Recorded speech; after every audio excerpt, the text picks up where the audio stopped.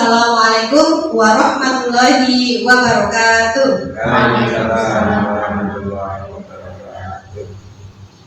Yang terhormat Kepala Sekolah Negeri Tunjung Seto, yang kami hormati calon guru penggerak yakni Ibu Halimatus Sa'diyah selaku pemateri hari ini, yang kami hormati Bapak Ibu Guru SD Negeri Tunjung Seto, dan yang kami hormati pula Bapak Ibu Guru SD Negeri 3 Kuarisan. Alhamdulillahirabbil alamin, puji syukur kita panjatkan kehadirat Allah Subhanahu wa taala atas berkat dan rahmatnya hari ini pada hari Senin 7 November 2022 kita dapat berkumpul di SD Negeri Tunjung Seto dalam keadaan sehat walafiat untuk bersama-sama menghadiri kegiatan diseminasi modul 1.4 budaya positif program calon guru penggerak angkatan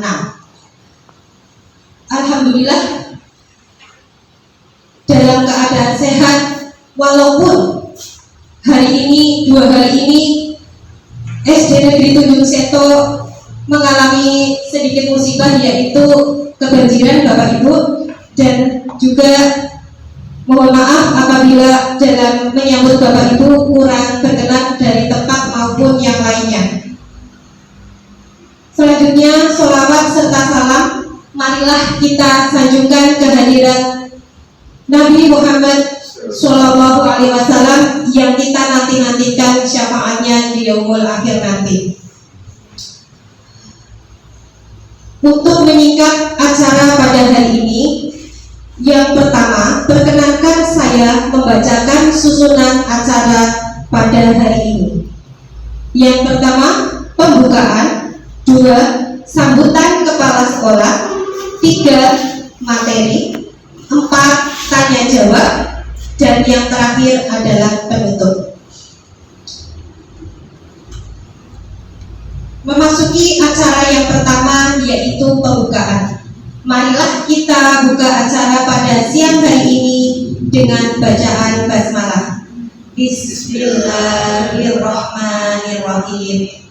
Dengan harapan kegiatan hari ini dapat berjalan dengan lancar dan selamat. Memasuki acara yang kedua, yaitu sambutan kepala sekolah yang akan disampaikan oleh beliau Bapak Bakti SPD SD. Kepada beliau dipersilakan.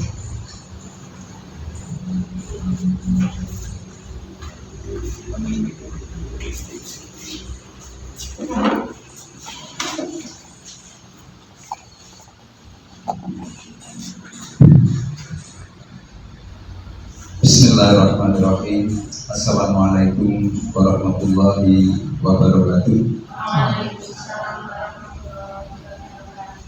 Bismillah, alhamdulillah, syukurillah, wassalatu wassalamu ala rasulillah. Asyhadu an la ilaha illallah wa asyhadu anna muhammadan abduhu wa rasuluh. Rabbi shrah li sadri wa yassir li amri wa hlul 'uqdatam min lisani yafqahu qawli, amma ba'du. Yang dihormati segenap Bapak Ibu guru baik SD Negeri Tunjung Seto maupun SD Negeri 1 Kuarisan.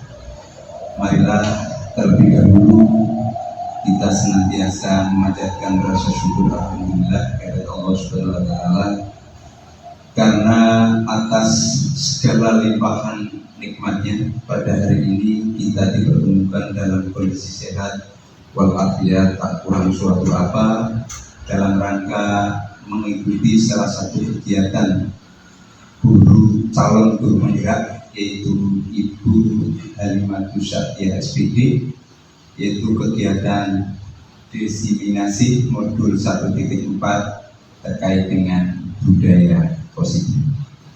Sholawat serta salam marilah kita sanjungkan pada junjungan kita Nabi Agung Muhammad Sallallahu Alaihi Wasallam. Semoga kita selaku umatnya senantiasa mendapat syafaat, lebih syafaat umat kelak di yaumul hisab. Amin. Alhamdulillah. Bapak Ibu yang kami hormati, terima kasih atas waktunya. Sekitar kami menyampaikan sepatah dua patah kata terkait dengan pelaksanaan diseminasi pada siang hari. Yang pertama, kami menyampaikan terima kasih dan penghargaan yang setinggi-tingginya kepada Ibu Halimatus Sa'diyah yang telah menyiapkan kegiatan ini. Saya hanya berpesan, silakan sampaikan secara tuntas apa yang Bu Halimah sudah kuasai, dengan harapan nanti kepada Bapak Ibu semuanya dapat mengimplementasikan di kelas atau di sekolah masing-masing. Dengan demikian harapan itu benar-benar nanti bisa terwujud, dan apa yang dilakukan oleh Bu Halim ini benar-benar bisa dilaksanakan sebagai salah satu budaya yang benar-benar tidak hanya sementara tapi betul-betul membudaya. Artinya kegiatan itu berlangsung secara terus-menerus, dan dampaknya insya Allah di sekolah kita nanti, ya, baik di SD 1 Barisan maupun di SD Negeri Tunjung Seto, nanti akan berpengaruh terutama pada output yang kita harapkan, yaitu meningkatnya kualitas pendidikan di SD. Itu harapan dari saya kepada Bapak Ibu semuanya. Kemudian saya berpesan kepada Bu Halim, monggo silakan pelaksanaan diseminasi ini untuk segera dilaksanakan berhubung waktunya.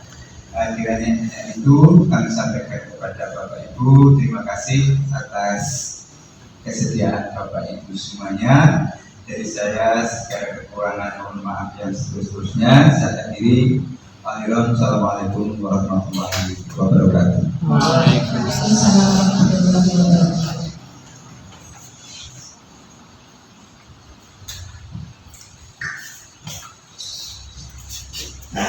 Terima kasih kami sampaikan kepada Bapak Kepala SD Negeri Tunjung Seto atas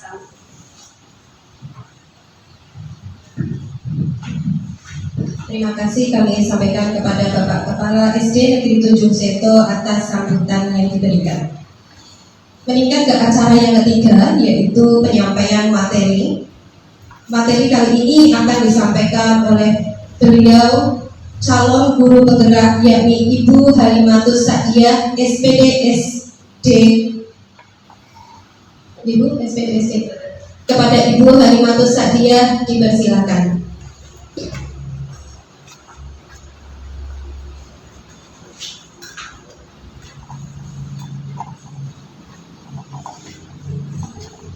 Assalamualaikum warahmatullahi wabarakatuh. Yang terhormat Bapak Kepala Sekolah SD Negeri Tunjung Seto, yang kami hormati Bapak Ibu Guru SD Negeri Tunjung Seto, serta Bapak Ibu Guru SD Negeri 3 Poresan yang kami hormati. Alhamdulillah, puji syukur kehadiran Allah Subhanahu wa Ta'ala yang telah melimpahkan rahmat serta hidayahnya kepada kita semua, sehingga kita dapat bertemu dan berkumpul pada siang hari ini dalam keadaan sehat walafiat. Salawat serta salam tidak lupa kita junjungkan kepada Nabi Nabi Muhammad Sallallahu Alaihi Wasallam. Semoga kita semua termasuk umatnya yang mendapat syafaat baik di dunia maupun di akhirat. Allahumma amin. Bapak Ibu yang kami hormati, kami mengucapkan terima kasih sekali atas kehadiran Bapak Ibu semuanya pada acara siang hari ini. Pertama-tama saya akan menyampaikan tujuan dari kegiatan ini, yaitu adalah sebagai salah satu tugas saya dalam program pendidikan calon guru penggerak. Kami dalam pendidikan ini sudah menyelesaikan satu modul. Nah, dalam satu modul itu ada 4 submodul. Ada modul 1.1, 1.2, 1.3 dan 1.4. Dan setiap submodul itu berbeda-beda judulnya. Untuk bab 1.1 yaitu tentang filosofi pendidikan. Mungkin bagi Bapak Ibu guru yang sudah mengikuti PMM sudah paham apa itu filosofi pendidikan dari Ki Hajar Dewantara, yaitu pendidikan sesuai kodrat zaman dan sesuai kodrat aman. Ya. Kemudian 1.2 yaitu tentang nilai dan peran guru penggerak, dan 1.3 yaitu visi dan misi guru penggerak. Jadi guru penggerak itu harus mempunyai visi, misi, dan visi misi tersebut diterapkan di sekolah masing-masing. Dan yang terakhir yaitu modul 1.4 kaitannya dengan budaya positif. Untuk aksi nyatanya kami harus mensosialisasikan kaitannya dengan budaya positif kepada Bapak Ibu yang ada di sekolahan seperti itu. Selanjutnya, ya, kami ucapkan selamat datang kepada Bapak Ibu guru hebat. Mari kita belajar bersama, berkolaborasi, saling mendukung demi mewujudkan disiplin positif di sekolah kita. Karena apa? Yang namanya budaya positif atau kemajuan suatu sekolah itu bukan bergantung dari kepala sekolah, bukan bergantung dari salah satu guru, namun berkat kolaborasi, saling mendukung antar sesamanya. Nah, konsep utama dalam budaya positif pada siang hari ini yang pertama yaitu nanti kita akan bahas tentang perubahan paradigma, selanjutnya tentang disiplin positif, dan selanjutnya lagi ada kebutuhan dasar manusia, ada motivasi perilaku manusia, posisi kontrol, keyakinan keras dan segitiga restitusi. Itu kurang lebih nanti yang akan kita bahas. Semoga nanti dalam waktu 1 jam minimal kita bisa selesai untuk membahas isi modul budaya positif. Nah, coba sekarang, cobalah Anda dan teman Anda, Bapak Ibu, kegiatan coba lakukan tugas panjenengan yaitu mengepalkan tangan. Salah satu tangan Anda itu dikepal. Coba bayangkan Bapak Ibu itu menyimpan sesuatu yang sangat berharga di dalam kepala panjenengan. Anda atau Bapak Ibu itu perlu menjaga sebuah tenaga kepala tersebut, karena menurut panjenengan itu kepala yang ada di dalam kepala ini adalah sesuatu yang sangat berharga. Nah, nanti jenengan berpasangan dengan teman yang satunya untuk mencoba membuka kepala Anda. Teman B nanti boleh membujuk, menghadik, mengintimidasi, memarahi, menggoda, menggelitik agar panjenengan mau membuka. Dan sekarang panjenengan mempunyai waktu 30 detik. Kira-kira silakan berpasangan.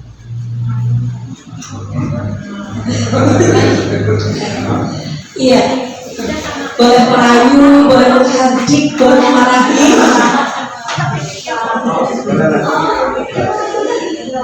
Bagaimana Bu Dewi dengan Bu Siti? Enggak. Kira-kira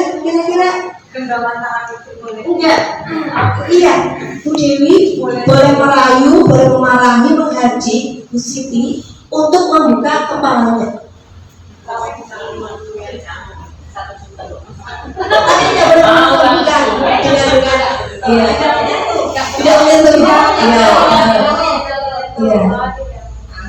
Bu Ami dengan Bu Nana, kira-kira sudah berhasil membuka atau belum? Kira-kira kenapa? Kira-kira kenapa kok Mbak Ami tidak mau membuka kepalanya? Kira-kira kenapa Mbak Ami? Ada fotonya Mas. Karena benar yang ada tangannya. Iya. Jadi perlu disimpan, dijaga soalnya. Kemudian tadi Bu Siti dengan Bu Dewi, apakah sudah berhasil? Belum. Nah, Bu Ida dengan Bu Ika berhasil merayu, berhasil mengintimidasi.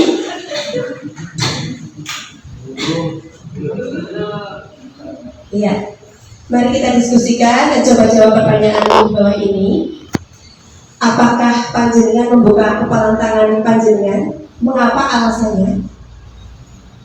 Ada yang tadi ada fotonya Mas. Kemudian ada sesuatu yang berharga perlu dijaga. Terus mungkin ada yang rahasia, gitu. Nah, di pertanyaan terakhir, Dalam kegiatan ini sesungguhnya siapa yang memegang kendali atau kontrol untuk membuka atau menutup kepala tangan tersebut? Kira-kira siapa? Iya, diri kita sendiri. Nah, jika itu merupakan suatu hal yang baik untuk tetap kita teruskan, untuk kita genggam, kita tidak kita buka, bisa kita teruskan. Tapi mungkin suatu saat kita perlu membuka kepala kita pelan-pelan, tergantung situasi dan kondisi. Jika itu mungkin kita butuh perubahan atau ada suatu hal yang perlu kita sampaikan, sehingga kita perlu membuka. Tapi intinya kontrol itu tetap pada diri kita sendiri. Nah, sekarang kita sebagai pendidik, mari kita meluruskan miskonsepsi tentang makna kontrol. Tadi kita sudah bermain tentang kepala ini, bahwa sebenarnya begitu juga dengan murid kita. Murid kita, dia punya hak untuk mengontrol dirinya. Kita sebagai pendidik tidak bisa memaksa, tidak bisa mengintimidasi apakah tidak murid. Nanti kita bahas mengapa itu seperti itu. Yang jelas yang pertama, mari kita meluruskan miskonsepsi tentang makna kontrol. Yang pertama, ilusi guru mengontrol murid. Pada dasarnya kita tidak dapat memaksa murid untuk berbuat sesuatu jika murid tersebut memilih untuk tidak melakukannya. Walaupun tampaknya guru sedang mengontrol perilaku murid. Hal demikian terjadi karena murid sedang mengizinkan dirinya dikontrol. Saat itu bentuk kontrol guru menjadi kebutuhan dasarnya dipilih oleh murid tersebut. Sebenarnya kadang murid kita nurut ke kita itu karena ada sesuatu. Iya. Kemudian ilusi bahwa semua penguatan positif efektif dan bermanfaat.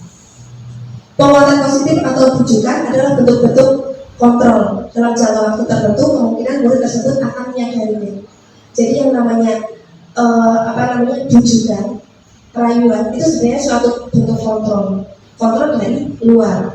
Suatu saat mungkin murid tersebut sadar, aku jatuh sama Pak Guru. Karena mungkin kontrol dirinya belum penguatan dia belum dari intriksi dari dalam diri dia. Suatu saat murid itu bisa kembali lagi akan melakukan kesalahan tersebut atau menolak bujukan kita. Nah, ilusi bahwa kritik dan membuat orang merasa bersalah dapat menguatkan karakter. Itu betul atau salah? Kritik dan membuat orang merasa bersalah adalah menguatkan karakter. Itu adalah suatu hal yang salah. Iya, ilusi tadi ada suatu hal yang salah itu sebenarnya. Menggunakan kritik dan rasa bersalah untuk mengontrol murid menuju pada identitas yang dalam. Mereka belajar untuk merasa buruk tentang diri mereka. Nah, caranya itu bagaimana? Nanti kita pelajari bersama. Selanjutnya yaitu ilusi bahwa orang dewasa memilih pihak untuk memaksa. Itu juga merupakan ilusi yang salah. Banyak orang dewasa yang percaya bahwa mereka memiliki tanggung jawab untuk membuat murid-murid berbuat hal-hal tertentu. Namun orang dewasa harus menyadari bahwa perilaku memaksa tidak akan efektif. Untuk jangka waktu panjang dan sebuah hubungan permusuhan akan terbentuk. Nah, mari kita mengubah paradigma dari bentuk stimulus respon jadi teori kontrol. Nah, stimulus respon yaitu realitas kebutuhan kita sama. Maksudnya seperti ini, setiap orang apakah kebutuhannya sama? Tidak, iya. Kalau teori kontrol itu memahami bahwa realitas kebutuhan kita berbeda. Kemudian semua orang melihat hal yang sama untuk stimulus respon. Untuk teori kontrol, semua orang melihat hal yang berbeda. Maksudnya seperti ini, mungkin ada siswa yang berangkat terlambat, bagi siswa tersebut berangkat terlambat tidak apa-apa. Karena mungkin intinya seperti ini, setiap orang itu berbuat baik salah atau benar itu pasti ada alasannya. Maksudnya seperti itu. Nah, nanti tugas kita sebagai pendidik itu sebenarnya hanya mengarahkan saja, tidak boleh memaksa, tidak boleh mengintimidasi. Selanjutnya yang ketiga, kita mencoba mengubah orang agar berpandangan sama dengan kita. Kalau teori kontrol, kita berusaha memahami pandangan orang lain tentang dunia. Jadi kita intinya nomor 3 itu tepat nolak. Tepat nolak, kita berusaha memposisikan diri kita ke orang lain tersebut. Yang keempat itu perilaku buruk dilihat sebagai suatu kesalahan. Itu bagi stimulus respon. Jika teori kontrol, semua perilaku memiliki tujuan, baik salah atau benar pasti ada alasannya. Kemudian yang kelima, orang lain bisa mengontrol saya. Itu stimulus respon. Untuk teori kontrol, kita hanya kita yang bisa mengontrol diri kita. Hanya kita yang bisa mengontrol diri kita, maka yang kita untuk tujuan yang positif yang baik untuk mulut kita itu adalah kontrol dari dalam diri siswa, bukan dari ekstrinsi, bukan karena bapak ibu gurunya atau bukan karena untuk mendapat penghargaan dan lain sebagainya. Selanjutnya, saya bisa mengontrol orang lain. Itu untuk stimulus respon. Mari kita ubah menjadi kita tidak bisa mengontrol orang lain. Selanjutnya lagi, pemaksaan ada pada saat rujukan gagal. Mari kita ubah menjadi kolaborasi atau konsensus menciptakan pilihan-pilihan baru. Dan yang terakhir, kita harus mengubah paradigma model berpikir menang kalah menjadi model berpikir menang-menang. Nah, makna disiplin. Sebelumnya, mari kita tanyakan ke diri kita sendiri. Bagaimana kita berperilaku? Begitu juga dengan saya yang Bapak Ibu, saya juga masih dalam proses belajar. Mengapa kita melakukan segala sesuatu? Apakah kita melakukan sesuatu karena adanya dorongan dari lingkungan atau ada dorongan yang lain? Terkadang kita melakukan sesuatu karena kita menghindari rasa sakit atau ketidaknyamanan. Terkadang kita juga melakukan sesuatu untuk mendapatkan apa yang kita mau. Pernahkah panjenengan semua melakukan sesuatu untuk mendapatkan senyuman atau pujian dari orang lain? Nah, Pak Alwi mungkin dulu waktu pacaran ya, melakukan sesuatu agar mendapat senyuman, untuk mendapat hadiah atau untuk mendapatkan uang. Apalagi kira-kira alasan orang melakukan sesuatu pasti kita pernah ya. Nah, maka disiplin, ketika mendapatkan disiplin, apa yang tidak atau terbayang di benak Anda? Kebanyakan orang akan menghubungkan kata disiplin dengan tata tertib, teratur, dan kepatuhan pada peraturan. Kata disiplin juga sering dihubungkan dengan hukuman, padahal itu sungguh berbeda. Karena belajar tentang disiplin positif tidak harus dengan memberi hukuman. Justru itu adalah salah satu alternatif terakhir, dan kalau perlu tidak digunakan sama sekali. Jadi sebenarnya guru menghukum itu sah. Sebagai pendidik, tujuan kita adalah menciptakan anak-anak yang memiliki disiplin diri, sehingga mereka bisa berperilaku dengan mengacu pada nilai-nilai kebajikan universal dan memiliki motivasi intrinsik bukan ekstrinsik. Yang kita harapkan itu motivasinya secara intrinsik bukan ekstrinsik. Nah, itu tadi makna dari disiplin. Sekarang disiplin positif itu apa? Ada kata-kata positifnya. Disiplin positif merupakan salah satu cara penerapan disiplin yang bertujuan untuk menumbuhkan kesadaran serta memberdayakan anak untuk melakukan sesuatu tanpa sokongan, ancaman maupun hukuman. Intinya, anak bisa berdisiplin, membudayakan disiplin tanpa ada faktor-faktor ekstrinsik. Nah, Kiai Cendrawasih maupun Dian Gosen, di mana kedua pakar pendidikan mengartikan disiplin sebagai bentuk kontrol diri, yaitu belajar untuk kontrol diri agar mencapai suatu tujuan. Tujuan mulia di sini mengacu pada nilai-nilai atau prinsip-prinsip mulia yang dianut seseorang. Kita namakan nilai-nilai tersebut sebagai nilai-nilai kebajikan. Salah satu nilai kebajikan kita sebagai pendidik atau dalam pendidikan yaitu apa? Untuk mencapai atau membentuk profil belajar Pancasila. Ada 6 dimensi profil belajar Pancasila itu merupakan tujuan atau nilai-nilai kebajikan yang ingin kita peroleh dalam pendidikan saat ini.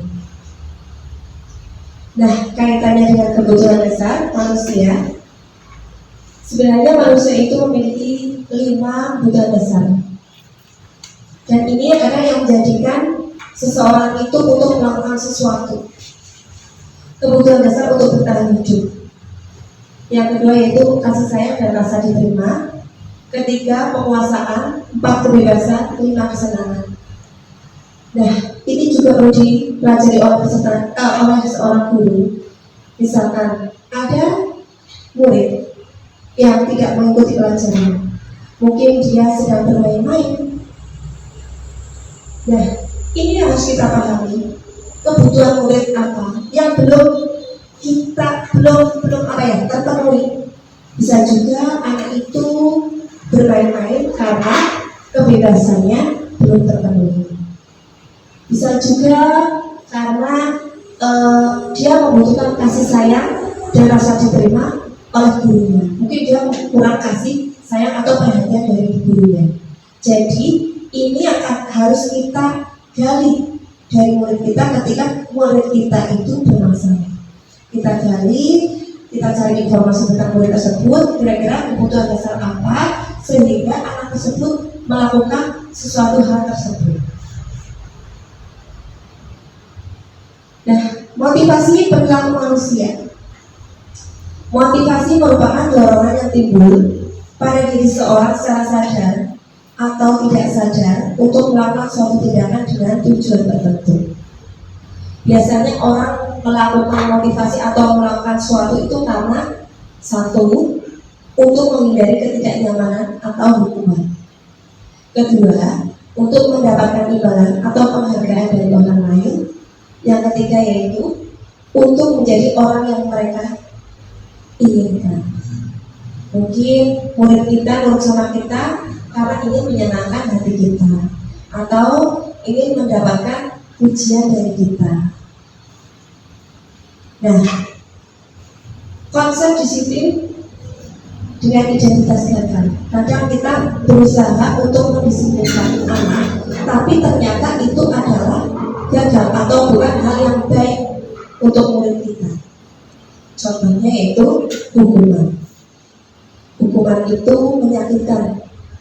Hukuman itu tidak nyaman karena hukuman murid menjadi takut. Hukuman itu bersifat memaksa. Kemudian karena hukuman murid menjadi menyembunyikan kesalahan dan murid menjadi rendah diri. Selanjutnya penghargaan. Penghargaan juga merupakan identitas gagal bagi murid kita. Karena apa? Penghargaan itu sebenarnya tidak efektif. Kemudian dapat merusak hubungan, mematikan kreativitas, dan menghukum dengan sistem ranking. Dan yang terakhir yaitu merampas hak menghargai diri. Coba seandainya Pak Ruhin mempunyai murid, dia akan memberi 1 buah permen jika muridnya mau maju ke depan. Itu sebenarnya bukan suatu hal yang baik. Karena apa? Itu bisa merusak hubungan. Merusak hubungannya itu bagaimana? Teman yang lain menjadi iri, seperti itu. Mematikan kreativitas. Malah paling nanti yang maju si dia, seperti itu. Jadi anak yang lain sudah pasrah. Kemudian menghukum dengan remeh. Mungkin juga teman yang lainnya sudah maju semua, sudah dapat permen. Dia bingung padahal dia tidak bisa mengerjakan. Nah, itu menjadi merasa terhukum. Sebenarnya penghargaan itu merupakan identitas gagal. Nah, konsep disiplin dengan identitas sukses itu yang bagaimana? Yaitu dalam bentuk konsekuensi dan bentuk restitusi. Konsekuensi ciri-cirinya yaitu penguatannya jangka pendek, perlu monitoring berkelanjutan, stimulus respon, murid menghargai peraturan, kehilangan waktu untuk merenungi kesalahan. Kemudian restitusi, bukan untuk menebus kesalahan, tetapi belajar dari kesalahan. Fokus pada pemecahan masalah jangka panjang. Murid menghormati dirinya dan orang lain. Teori kontrol dirinya memegang kontrol, dan murid bersemangat memperbaiki kesalahan. Nah, konsekuensi itu apa sih? Bedanya hukuman dengan konsekuensi? Jadi yang namanya hukuman itu suatu hal yang dilakukan oleh siswa dari atas apa yang telah, maksudnya gini, kalau efek yang dia terima setelah dia melakukan segala sesuatu. Namun kalau hukuman itu tidak ada hubungannya dengan apa yang dia perbuat. Tapi kalau konsekuensi itu ada hubungannya dengan apa yang dia perbuat. Bedanya seperti ini. Hukuman, anak berangkat terlambat disuruh push up seperti itu. Anak berangkat terlambat disuruh push up 100 kali. Itu apakah ada hubungan? Maksudnya apakah ada efek jerah yang akan dilakukannya mendatang atau tidak? Maksudnya seperti ini. Ada imbasnya ke depan atau tidak? Imbas positif? Tidak ada. Namun jika murid itu terlambat, kemudian dia disuruh mengerjakan soal,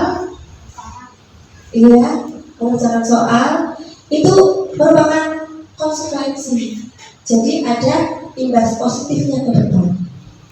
Itu bedanya konsekuensi dengan hukuman. Nah, selanjutnya nanti saya akan membagikan kertas pada Bapak Ibu.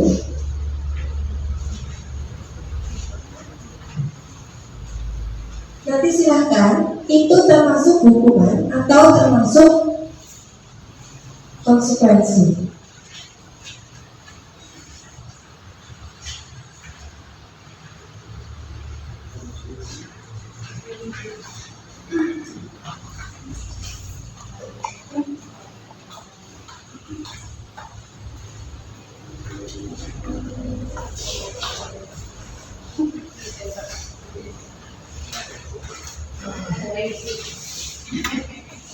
Ya, silakan Bapak Ibu bisa mencoba. Intinya tadi hukuman itu tidak ada hubungan dengan yang ia lakukan dan tidak ada imbasnya ke depan. Kemudian konsekuensi itu ada kaitannya dengan apa yang telah dia lakukan.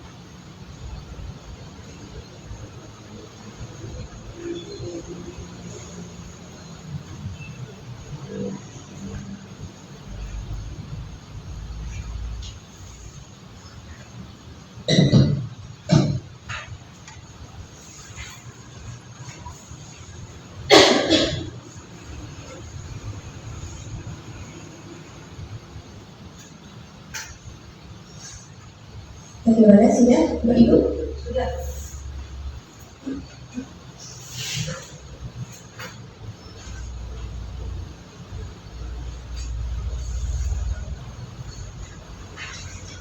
Ya, untuk yang pertama yaitu mencatat 100 kali di dalam buku kalimat. Saya tidak akan terlambat lagi karena terlambat sekolah. Itu kira-kira termasuk hukuman atau konsekuensi? Hukuman. Iya. Yang kedua, lari mengelilingi lapangan basket 2 kali karena terlambat hadir di sekolah. Iya, hukuman. Betul. Kayaknya sudah pintar-pintar nih. Sudah bisa membedakan. Yang ketiga, membersihkan coretan yang dibuatnya di meja tulis. Iya, betul, konsekuensi. Murid diminta untuk push up 15 kali karena tidak menggunakan masker di sekolah. Hukuman, ya. Berjemur di lapangan basket pukul 12 siang karena ngobrol dengan teman. Ya, tadi ada yang dengar ya. Menggantikan kertas tugas teman yang telah dicoret-coret. Konsekuensi. Kemudian murid diminta bertelanjang kaki sepanjang hari karena tidak menggunakan sepatu warna hitam sesuai peraturan di sekolah. Iya, hukuman. Berdiri di depan kelas sambil mengangkat kaki satu karena tidak bisa menjawab pertanyaan. Hukuman.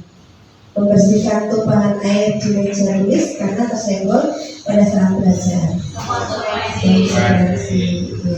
Kehilangan 10 menit jam istirahat untuk mengerjakan tugas karena terlambat datang dan tertinggal pelajaran selama 10 menit.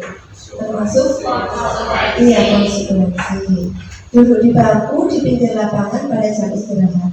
Tidak diizinkan bermain oleh guru piket karena mencederai teman saat bermain di lapangan. Itu apa?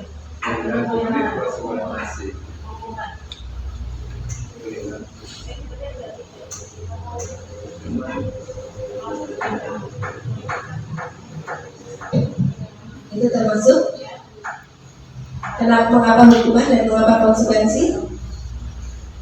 Hukuman tidak ada imbasnya. Iya,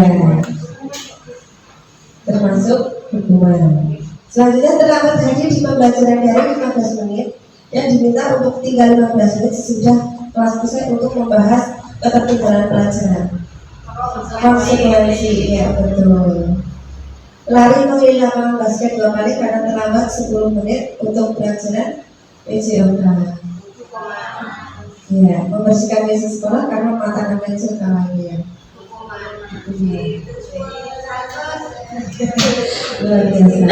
Kalau itu sudah paham ya, apa itu perbedaan hukuman dan konsekuensi. Nah, selanjutnya konsep disiplin pendekatan restitusi, yaitu sebuah cara menanamkan disiplin positif pada murid. Itu konsep disiplin dengan pendekatan restitusi itu merupakan salah satu disiplin positif, cara menanamkan disiplin positif pada murid. Restitusi itu apa? Restitusi adalah proses menciptakan kondisi bagi murid untuk memperbaiki kesalahan mereka, sehingga mereka bisa kembali pada kelompok mereka karena karakter yang lebih kuat. Ciri-ciri restitusi yang berbeda dengan program disiplin lain, ciri-cirinya itu bukan untuk menebus kesalahan, tetapi belajar dari kesalahan. Restitusi itu yang kedua memperbaiki hubungan, dan yang ketiga yaitu menuntut untuk melihat dirinya, dan yang keempat fokus pada karakter bukan tindakan, dan selanjutnya lagi fokus pada solusi, dan yang terakhir mengembalikan murid yang salah pada kelompoknya. Itu ciri-ciri restitusi. Nah, perbedaan contoh kasus siswa sering tidak mengerjakan PR, hukuman, konsekuensi, dan restitusi. Guru menghukum siswa hormat bendera selama 10 menit. Itu merupakan hukuman. Kemudian untuk konsekuensi, guru memberi konsekuensi untuk mengerjakan PR saat istirahat atau mengerjakan 3 kali lipatnya. Restitusi yaitu guru menanyakan keyakinan kelas yang telah disepakati dan membantu siswa untuk menyelesaikan masalahnya. Nah, jadi alangkah baiknya itu di suatu kelas itu sudah ada kesepakatan kelas. Nanti kita akan bahas tentang kesepakatan kelas. Untuk hukuman lagi, guru marah dan murid menjadi takut. Untuk konsekuensi, guru tegas, siswa menghormati peraturan. Selanjutnya, untuk restitusi, guru terbuka dan menghormati gurunya. Selanjutnya, 5 posisi kontrol restitusi. Karena kita dalam memposisikan sebagai pendidik, ketika ada murid kita bersalah, itu kita ada 5 posisi kontrol. Yang pertama yaitu sebagai penghukum, yang kedua yaitu membuat rasa bersalah, bisa juga kita sebagai teman, bisa juga kadang-kadang kita sebagai pemantau, dan yang terakhir manajer. Nanti kita akan bahas satu persatu dan posisi mana yang sebaiknya kita lakukan sebagai seorang pendidik. Nah, yang pertama itu penghukum. Seorang penghukum bisa menggunakan hukuman fisik maupun verbal. Guru yang menerapkan posisi penghukum akan berkata, patuhi aturan saya atau awas. Itu biasanya kata-kata yang digunakan oleh seorang penghukum. Kamu selalu saja salah, atau pasti selalu yang terakhir selesai.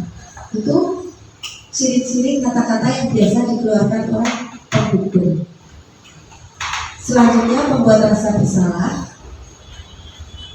Membuat rasa bersalah akan menggunakan keheningan yang membuat orang lain merasa tidak nyaman, merasa bersalah atau rendah diri. Kata-kata yang digunakan oleh pembuat rasa bersalah seperti, ibu sangat kecewa sekali dengan kamu. Biasanya itu dengan keheningan.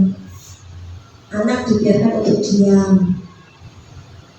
Selanjutnya, berapa kali Bapak harus memberitahu kamu ya? Jadi dengan pertanyaan tersebut, anak akan merasa bersalah. Gimana coba kalau orang tuamu tahu kamu berbuat begini? Bisa juga di posisi ini murid akan itu bukan kata ya. Di posisi ini murid akan memiliki penilaian diri yang buruk tentang diri mereka. Murid merasa tidak berharga dan telah mengecewakan orang-orang yang disayanginya. Selanjutnya, bagaimana jika kita memposisikan sebagai pendidik? Posisi ini tidak akan menyakiti murid. Namun, kita berupaya melalui persuasi.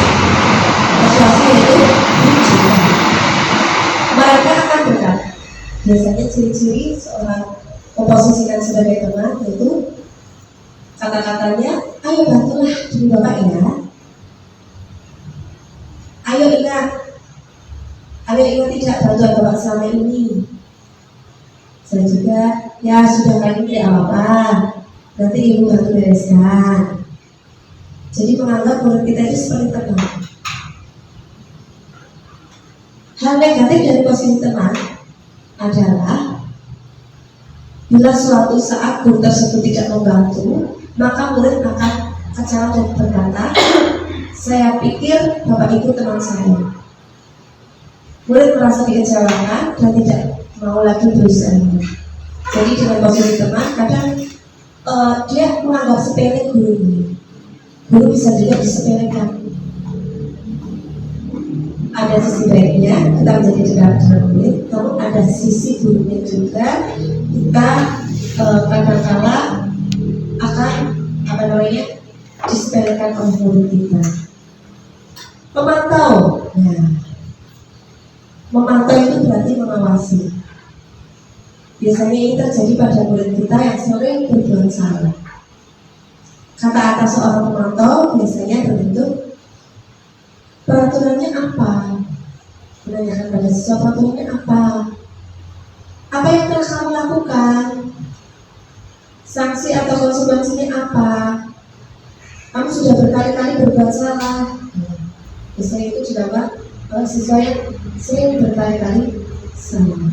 Seorang pemantau sangat mengandalkan perhitungan catatan data yang dapat digunakan sebagai bukti atas perilaku seorang.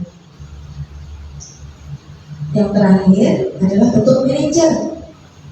Posisi ini tidak akan menyakiti murid, namun tetap berupaya mengontrol murid melalui persuasi.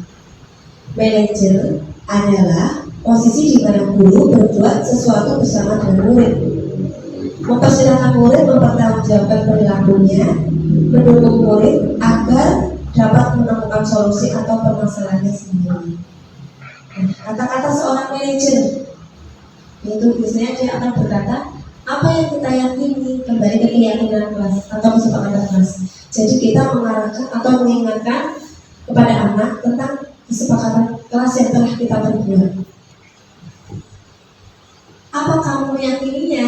Apakah kamu maksudnya, apakah kamu sudah paham tentang kesepakatan kelas yang sudah kita buat? Efeknya apa? Seperti itu. Kemudian jika kamu meyakininya, apakah kamu bersedia memperbaikinya? Jika kamu perbaiki ini, hal ini menunjukkan apa tentang dirimu? Maksudnya, jika kamu sudah memperbaiki diri, nantinya kamu itu bagaimana? Kamu termasuk kamu yang bagaimana? Dan yang terakhir, apa cara kamu untuk memperbaiki hal ini? Kita yang betul sebagai pendidik, langkah dalam berkomunikasi dengan anak ketika anak tersebut berbuat salah, kita tidak boleh atau sebaiknya, alangkah baiknya kita itu hanya memberi pertanyaan saja, biar anak tersebut yang mengontrol dirinya. Oh kamu bukan berarti seperti ini, oh kamu udah salah ya, ini kamu sebaiknya seperti ini, sebaiknya seperti ini. Kita itu tidak alangkah baiknya kita tidak memberi saran, tapi hanya memancing untuk mengarahkan siswa. Misalkan anak tidak membaca KPR, ditanya, Mbak Desti, mengapa tidak membaca KPR? Tanya dulu. Saya lupa. Kita tanya lagi, mengapa lupa? Kita menggali pertanyaan terus. Iya Bu, karena saya semalam ke tempat nenek. Loh, ke tempat nenek bukunya tidak dibawa atau bagaimana? Iya Bu, bukunya tidak terbawa, sehingga saya tidak mengerjakan PR. Terus kenapa sih Mbak Desi tidak mengerjakan PR? Sudah tahu belum tentang kesepakatan kelas kita? Sudah Bu, seperti itu. Terus apa yang dilakukan? Apa konsekuensinya jika tidak mengerjakan PR sesuai dengan kesepakatan kelas kita? Kita mengingatkan. Nanti mengerjakan pulang sekolah Bu dan mendapat soal tambahan dari bu guru, misalkan seperti itu. Apakah kamu akan melakukan hal tersebut? Iya Bu. Nanti setelah kamu melakukan hal tersebut, apa yang akan kamu lakukan mendatang? Nanti saya tidak akan mengulanginya. Seperti itu. Jadi seorang pendidik itu hanya mengarahkan dengan pertanyaan-pertanyaan. Biarkan anak tersebut mengontrol dirinya ke arah yang lebih baik. Jadi tidak diperkenankan untuk memberi mengarahkan kamu itu harusnya seperti ini, harusnya seperti itu tidak. Nah, misalkan ya Bu, besok saya tidak akan mengulanginya lagi. Besok ketika saya ke tempat nenek, buku saya akan saya bawa. Ini baru kita memberikan apresiasi luar biasa seperti itu. Jadi mengarahkan saja. Karena kontrol itu terdapat pada diri siswa itu sendiri. Kita hanya mengarahkan ke arah yang positif, menggali. Karena itu setiap anak berbuat salah pasti ada alasan. Misalkan ada anak dia berantem dengan temannya, pasti ada alasan kenapa dia. Kita hanya menggali dengan pertanyaan-pertanyaan yang positif seperti itu. Tugas seorang manajer bukan untuk mengatur perilaku seorang. Nah ini kita membimbing murid untuk dapat mengatur dirinya.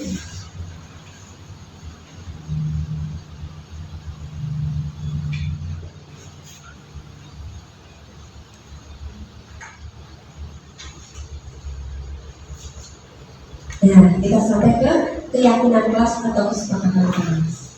Nah, alangkah baiknya suatu sekolah itu atau suatu kelas itu ada namanya kesepakatan kelas.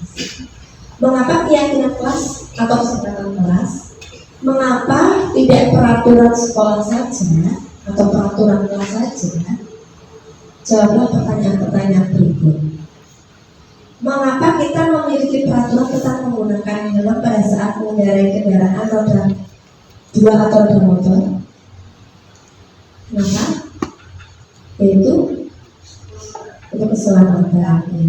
Mengapa kita memiliki peraturan tentang penggunaan masker dan mencuci tangan setiap saat? Ya, untuk kesehatan atau keselamatan juga. Nah, seseorang akan tergerak dan bersemangat untuk menjalankan keyakinannya daripada hanya sekedar mengikuti serangkaian peraturan tertulis tanpa makna. Murid-murid pun demikian. Mereka perlu mendengarkan dan memahami arti sesungguhnya tentang peraturan yang diberikan. Nah, contohnya tadi, mengapa sih kita harus memakai helm? Karena untuk keselamatan. Jadi ketika suatu kesepakatan kelas kita buat, kita juga harus mengarahkan tujuannya apa, ini agar apa. Misalkan datang tepat waktu, kita mengarahkan mengapa kamu harus datang tepat waktu, mungkin agar tidak tertinggal pelajaran, seperti itu.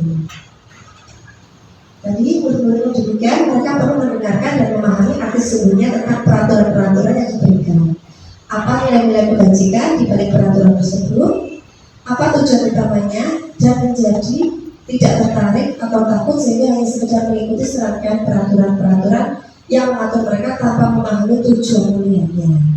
Nah, membuat kesepakatan kelas itu juga melibatkan teman satu kelas atau anak-anak dalam satu kelas. Mereka ingin kelasnya itu seperti apa. Kita arahkan kepada mereka.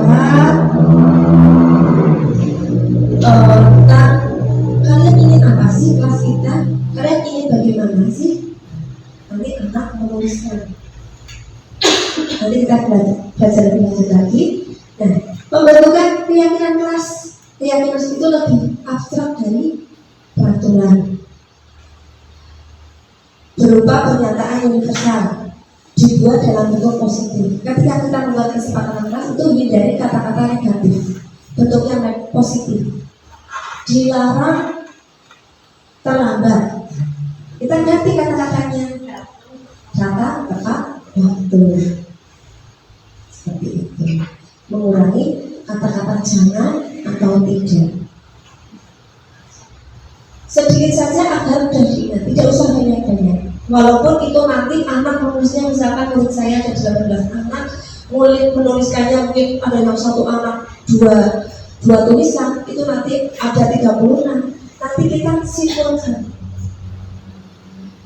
Selanjutnya disesuaikan dengan kondisi kelas atau sekolah agar mudah diterapkan. Karena setiap kelas atau setiap sekolah itu berbeda-beda. Semua warga kelas atau sekolah dilibatkan dalam membuatnya. Nah, ini yang saya lakukan di kelas saya, yaitu guru pertama, guru memberi pengarahan apa tujuan membuat kesepakatan kelas. Kemudian anak menuliskannya di sticky note. Sticky note itu apa? Itu yang digunakan. Kertas tempelan. Iya. Mengarahkan pada mereka menginginkan di kelas ini itu bagaimana nantinya. Mereka menginginkan yang bagaimana. Seperti itu. Kemudian anak menempelkan sticky note di papan tulis. Sebenarnya ini ada gambar-gambarnya, tapi tadi saya tidak sempat memasukkan gambar-gambar tersebut. Jadi setelah menuliskan, anak menempelkan semuanya di papan tulis. Nah, selanjutnya beberapa anak kita tunjuk untuk memilah sticky note yang isinya sama, karena pasti isinya ada yang sama. Datang tepat waktu, saling menolong, seperti itu. Misalkan terus merapikan kembali buku yang telah diambil, menjaga kebersihan, ada yang menjaga kebersihan, ada yang membuang sampah pada tempatnya, itu termasuk dalam satu klasifikasi. Itu nanti dipilah. Nah, jika sudah dipilah-pilah, nanti salah satu dari murid untuk membacakan hasil dari tulisan teman-teman itu tadi. Apakah disetujui atau tidak? Jika disetujui, bisa ditempelkan di kertas manila atau tempat yang terpisah. Jika sudah tertempel, nanti kita rangkum dari berbagai macam tulisan tersebut menjadi beberapa poin saja agar mudah diingat. Langkah terakhir, anak-anak menandatangani kesepakatan kelas sebagai suatu kesepakatan yang telah dibuat. Sehingga suatu saat anak tersebut salah, kita tinggal mengingatkan pada kesepakatan kelas yang telah dibuat. Masih ingat tidak kesepakatan yang telah dibuat? Seperti itu. Nah, di sisi lain kita juga mengarahkan kenapa ini dibuat seperti ini, alasannya mengapa kalian harus datang tepat waktu, mengapa kalian harus menjaga kebersihan kelas. Kita juga harus mengarahkan tujuannya, tidak hanya sekedar membuat peraturan, karena kalau peraturan itu hanya dibuat oleh satu pihak saja dan pihak lain kadang tidak tahu maksud dari peraturan tersebut. Nah, ini salah satu contoh hasil rangkuman kesepakatan kelas 6. Belum saya cetak. Yang pertama yaitu hadir tepat waktu. Yang kedua berbicara dengan sopan, tidak boleh membentak, tidak boleh teriak-teriak. Selanjutnya berdoa sebelum dan sesudah pembelajaran. Selanjutnya lagi menjaga kebersihan kelas. Kemarin ada anak yang menulisnya membuang sampah pada tempatnya, kemudian memunguti sampah jika berserakan. Ada juga yang menuliskan anak yang tidak melaksanakan piket mendapat hukuman. Itu ada kata-kata tidak, dimana saya koreksi kepada anak-anak. Bisa dirangkum menjadi menjaga kebersihan kelas. Seperti itu, artinya luas. Selanjutnya menjaga dan mengembalikan barang pada tempatnya. Dan yang terakhir, saling bekerja sama, saling membantu dan bergotong royong. Jadi kata-katanya tidak usah banyak, namun ruang lingkupnya luas dan mudah dipahami. Itu juga salah satu bagian dari pembelajaran berdiferensiasi ya, atau berpusat pada murid. Jadi anak yang membuat kesepakatan dan kembali kepada anak kembali. Selanjutnya ada segitiga restitusi. Apa sih itu segitiga restitusi? Segitiga restitusi itu suatu cara bagaimana cara kita atau langkah-langkah kita menyelesaikan suatu masalah, yaitu dengan bisa juga menstabilkan identitas, validasi tindakan yang salah, dan yang ketiga yaitu menanyakan keyakinan. Jadi ada 3 langkah dalam segitiga restitusi. Bisa dibolak-balik. Yang pertama mungkin yang pertama itu validasi tindakan yang salah. Contohnya ketika tadi ada murid kita terlambat. Mengapa kamu terlambat? Kita tanyakan. Pasti kamu punya alasannya mengapa kamu terlambat. Oh iya Bu, semalam saya nonton TV sampai larut malam. Kemudian, mengapa kok nonton TV sampai larut malam? Ya Bu, karena filmnya menarik. Kita tanyakan dulu, karena setiap orang ketika berbuat salah pasti ada sebabnya. Kita ketahui dulu penyebabnya itu apa. Jangan langsung menyalahkan. Yang kedua, mungkin bisa dalam stabilkan identitas. Jadi anak tersebut tidak merasa bersalah sekali. Kita mengarahkan pada mereka, menguatkan mereka bahwa setiap orang juga pernah berbuat salah. Bukan anak tersebut yang telah melakukan kesalahan satu-satunya. Mungkin tidak hanya kamu kok ya pernah terlambat, teman yang lain juga pernah terlambat. Tapi menurut kamu terlambat sekolah itu merupakan hal yang baik atau tidak? Tidak Bu, seperti itu. Ya, dan sekarang yang terakhir yaitu menanyakan keyakinan. karena kita sudah membuat kesepakatan kelas. Nah, kamu ingat tidak tentang kesepakatan di kelas yang telah kita buat? Iya Bu, saya ingat. Jadi segitiga restitusi yaitu langkah-langkah yang kita lakukan untuk sebagai seorang manajer itu tadi. Jadi kita menggali apa alasan, apa yang ingin dilakukan oleh anak ke depannya. Kita hanya membimbing saja, mengarahkan saja. Tidak langsung, kamu terlambat ya hari ini? Pasti kamu semalam nonton TV lagi. Awas besok kalau kamu nonton TV lagi sampai malam. Itu tidak boleh. Jadi biarkan anak untuk mengungkapkan penyebabnya, alasannya, kemudian biarkan anak untuk menyampaikan ke depannya itu dia itu bagaimana, mau bagaimana, itu seperti itu. Kita hanya tinggal menguatkan saja.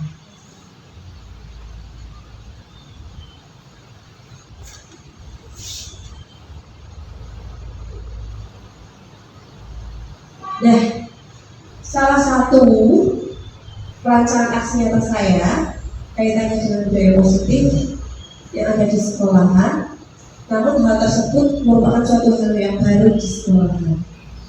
Itu salah satunya yaitu dengan berlatih berpikir kritis melalui permainan password masuk kelas. Gitu. Karena untuk budaya positif lainnya seperti kebiasaan sepertinya di sekolah ini sudah berlangsung dengan baik. Itu kemarin sudah menjadi bagian dari aksi nyata saya di modul 1.1. Nah, untuk 1.4 saya membuat aksi nyata yaitu dengan berlatih berpikir kritis melalui permainan password masuk kelas. Jadi anak membuat soal untuk password, atau kadang-kadang kita tidak sempat untuk membuat soal, tapi kita sepakati kira-kira besok passwordnya itu mau apa, materi apa. Misalkan matematika perkalian 2, kita sepakati bersama. Kemudian anak baris sebelum masuk kelas. Ini merupakan bagian dari budaya positif, yaitu untuk melatih anak bersabar ketika masuk kelas, kemudian melatih anak untuk tertib, tidak langsung masuk saja. Begitu juga untuk melatih anak mengingatkan kembali tentang PBB. Jadi ketika setelah disiapkan, anak juga berlatih PBB, hadap kanan, hadap kiri, zebra dan lain-lainnya. Kemudian baru maju satu persatu untuk mendapatkan password. Ketika anak tersebut bisa menjawab, nanti anak tersebut bisa dipersilakan masuk. Jika dia bisa menjawab, anak tersebut kembali ke belakang. Terus nanti bagaimana jika anak yang belum bisa menjawab? Mungkin dengan memberikan soal fotonya lebih rendah seperti itu.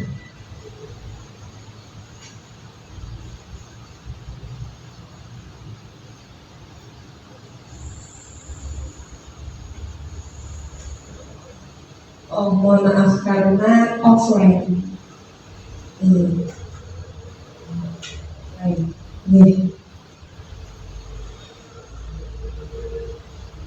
Tidak bisa dibuka, ada videonya. Saya harap budaya positif tersebut atau aksi nyata tersebut bisa dilaksanakan di kelas yang lain juga, karena itu juga merupakan salah satu ada sedikit beberapa nilai karakter yang bisa diterapkan kepada anak. Dan yang terakhir yaitu banyak gerak, namanya aktif, tak apa, asal tetap tertata. Mari tanamkan budaya positif demi kebaikan anak didik kita. Nah, saya juga akan kemarin ada tugas untuk sebentar praktek segitiga restitusi.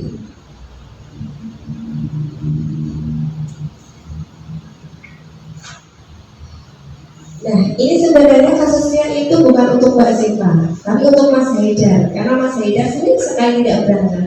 Namun ketika itu diterapkan oleh Mas Haidar, ketika untuk praktek Mas Haidar itu agak kaku.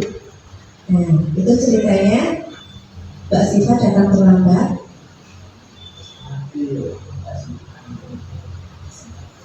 Tidak hanya satu kali atau dua kali saja dia terlambat.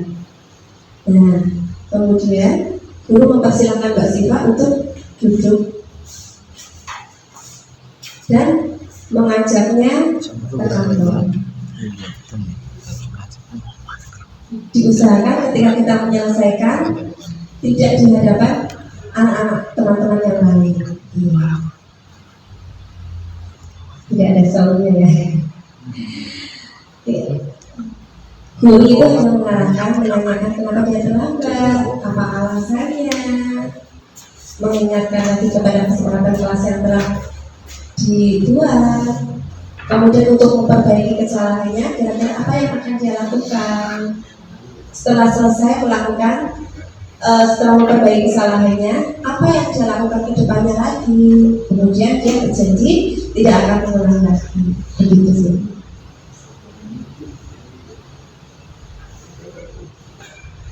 Mohon maaf tidak ada suaranya ini. Untuk tugas-tugas CGP memang diharapkan dimasukkan ke YouTube untuk portofolio.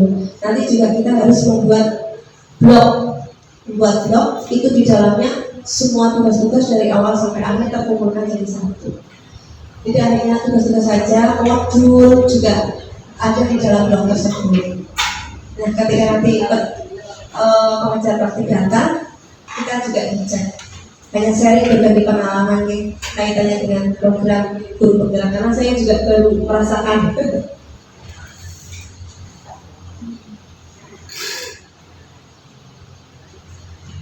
Di dalam guru penggerak sering menggunakan kata-kata salam dan bahagia, karena diharapkan kita semua para pendidik selalu bahagia, walaupun umat ya Pak Rahmat di belakang, tapi tetap bahagia di depan guru kita. Seperti itu. Kiranya itu saja yang bisa saya sampaikan. Untuk acara selanjutnya, Bu Siti, silakan.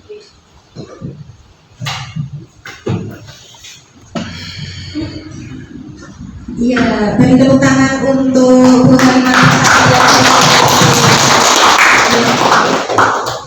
Terima kasih disampaikan kepada Ibu Halimah Sa'diyah atas materi yang diberikan. Sudah cukup ya Ibu? Ya. Pada siang hari ini materi yang luar biasa dan semoga bisa kita terapkan di kelas kita masing-masing ya. Jadi tidak hanya ada peraturan sekolah, tetapi juga apakah baiknya ada peraturan kelas atau kesepakatan kelas yang dibuat bersama-sama antara peserta didik dengan didampingi oleh Bapak Ibu guru. Dan tentunya ini menjadi ilmu yang sangat bermanfaat bagi kita semua selaku pendidik untuk bisa menerapkannya di kelas masing-masing. Berikutnya memasuki acara yang keempat, yakni tanya jawab.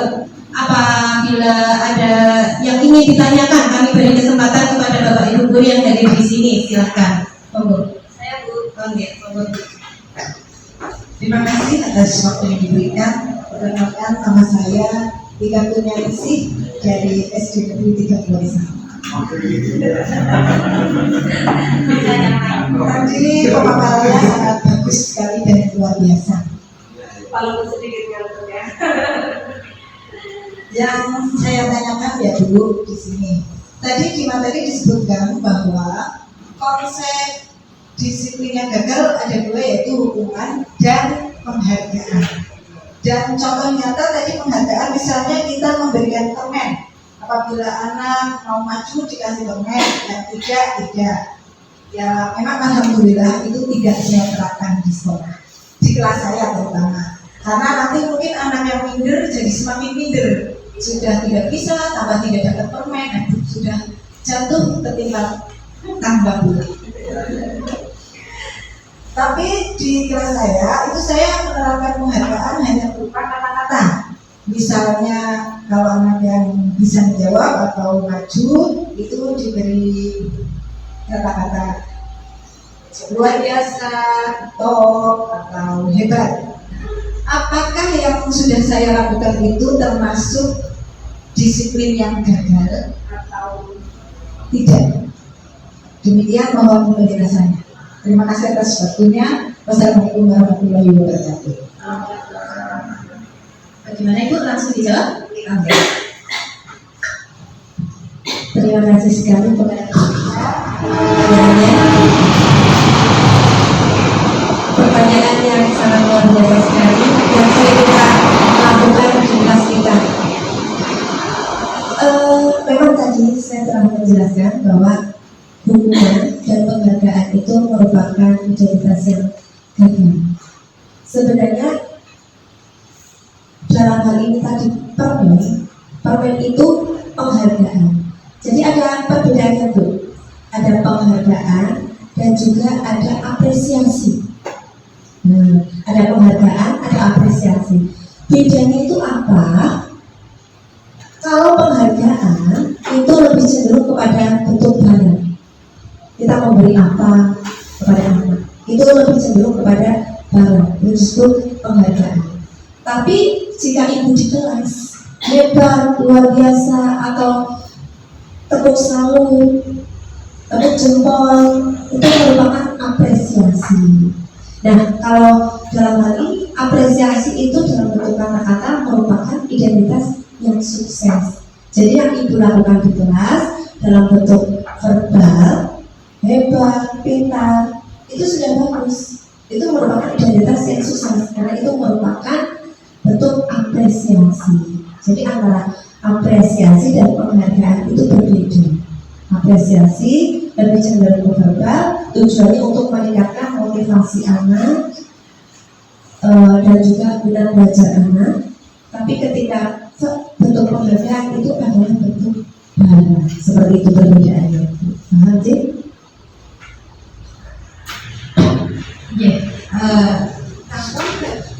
Sudah Ibu. Jadi bagaimana Ibu Ika sudah puas dengan jawaban yang diberikan Ibu Rima?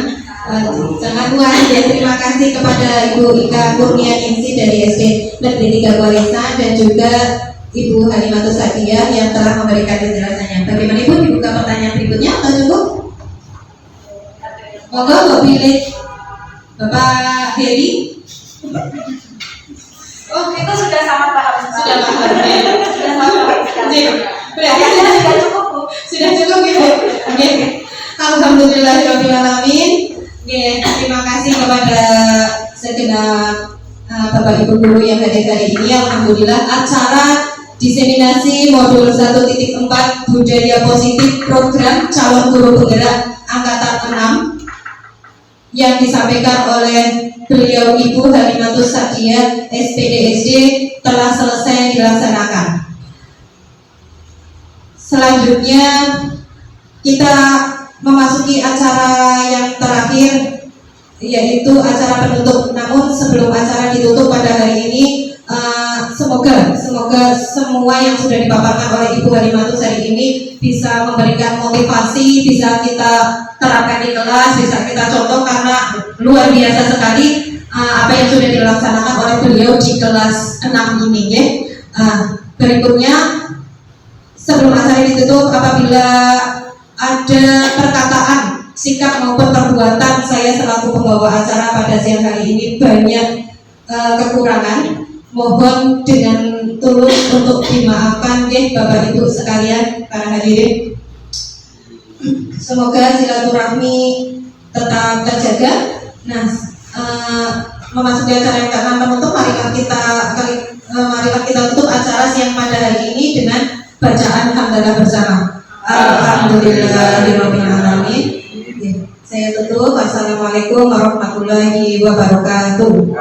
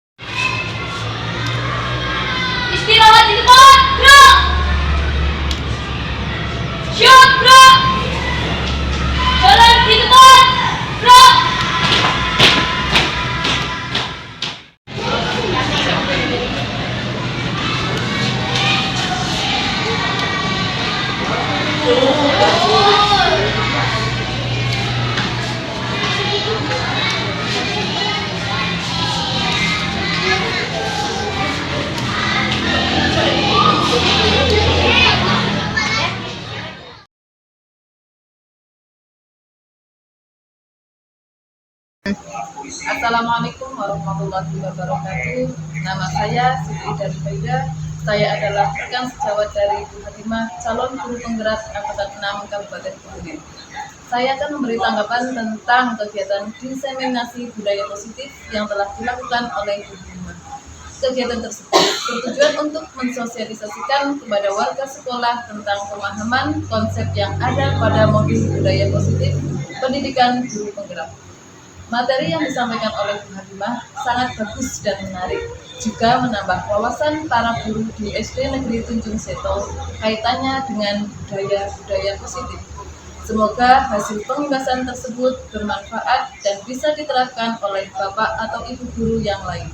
Terima kasih. Wassalamualaikum warahmatullahi wabarakatuh.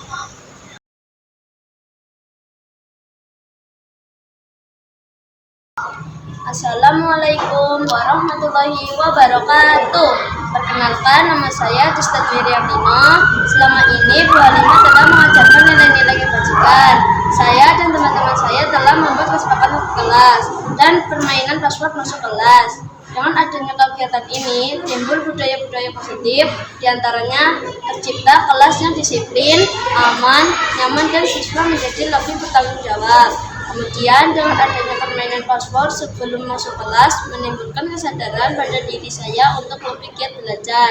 Semoga kegiatan ini bisa terus berjalan dan bisa diterapkan di semua kelas.